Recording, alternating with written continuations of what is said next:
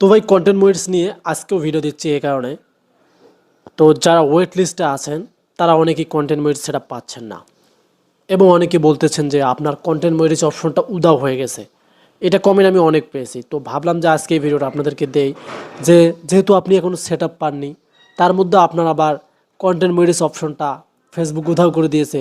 আসলে এটা কোনো মিসিং পারসন, নাকি কোনো টেকনিক্যাল সমস্যা, নাকি ফেসবুকের এটা বাগ?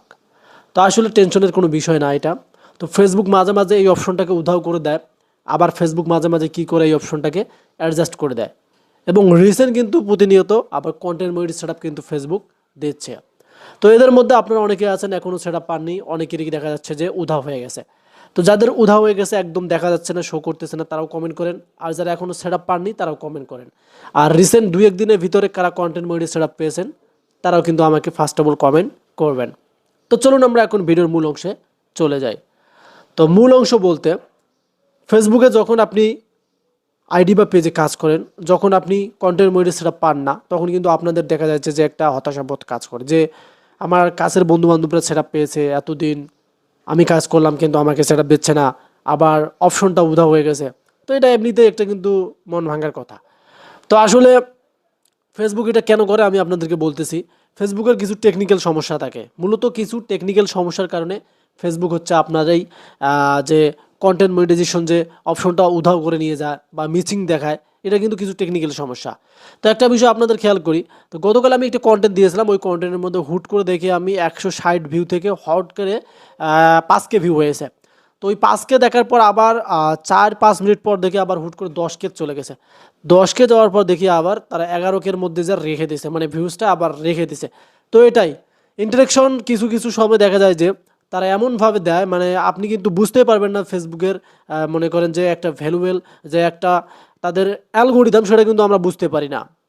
তো এটা যদি ইউটিউবের মধ্যে হয়তো তাহলে কিন্তু চলতেই থাকতো। তো ফেসবুকে এরকম হুট করে দেখবেন একটা ভিউজ দিয়ে হুট করে আবার থেমে দেয়। তো এমন আপনি কন্টেন্ট মনিটাইজেশন যে অপশনটা আছে, এটা যদি আপনার মিসিং দেখেন, তো ভাই এটা টেনশনের কিছু নেই, এটা আবার তারা দিয়ে দেবে। তো অবশ্যই আপনাকে কি করতে হবে, ফেসবুকের বেটা ভার্সনে থাকতে হবে এবং ফেসবুকের অফিসিয়াল যে অ্যাপটা, এটা কিন্তু দেখবেন যে তারা 5 দিন 4 দিন বা 2 দিন পর পর দেখবেন আপডেট আনে। তো এটা প্লে স্টোর থেকে আপডেট করে নেবেন। সো আপডেট করলে কি হবে, নতুন নতুন আপডেটগুলো দেখতে পারবেন আপনার ড্যাশবোর্ডে, সেটা পেজ বা প্রোফাইলে হোক। তখন কিন্তু দেখা যাবে যে আপনার কন্টেন্ট মনিটাইজেশন অপশনটা আবার চলে আসবে। তো এটা কিন্তু বুঝতে পারলেন, এটা মিসিং দেখায় টেকনিক্যাল সমস্যার কারণে। এখন ভাই সেটআপটা কীভাবে পাওয়া যায় সে সম্পর্কে একটু ধারণা নেই। প্রথমত আপনাকে লাইভ করতে হবে কন্টিনিউ। আপনি যদি প্রতিনিয়ত লাইভ করেন তাহলে পসিবল সেটআপ পাওয়া। তার সাথে সাথে লং ভিডিও, কারণ লং ভিডিওতে ইনকাম ভালো রে ভাই।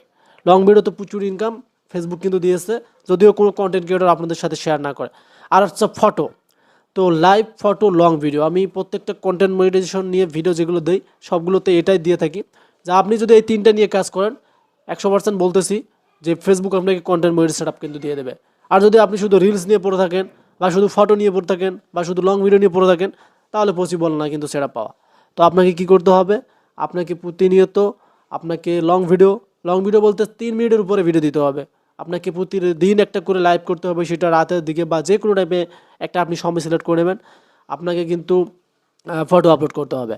তো মাস্ট বি এগুলো কাজ করেন, ইনশাল্লাহ সেটআপ চলে আসবে। যাদের মিসিং ছিল তারা বুঝতে পারছেন টেকনিক্যাল সমস্যা, হয়তো 4-5 দিন শো দেখাবে না, পরে আবার দেখবেন হুট করে দেখাচ্ছে। তো এটাই একবারে যে তারা আপনার ওখান থেকে তুলে নেবে এটা কোনো বিষয় না। ফেসবুক এটা কিন্তু আপনাদেরকে মিসিং দেখায় এই কারণে। ধন্যবাদ।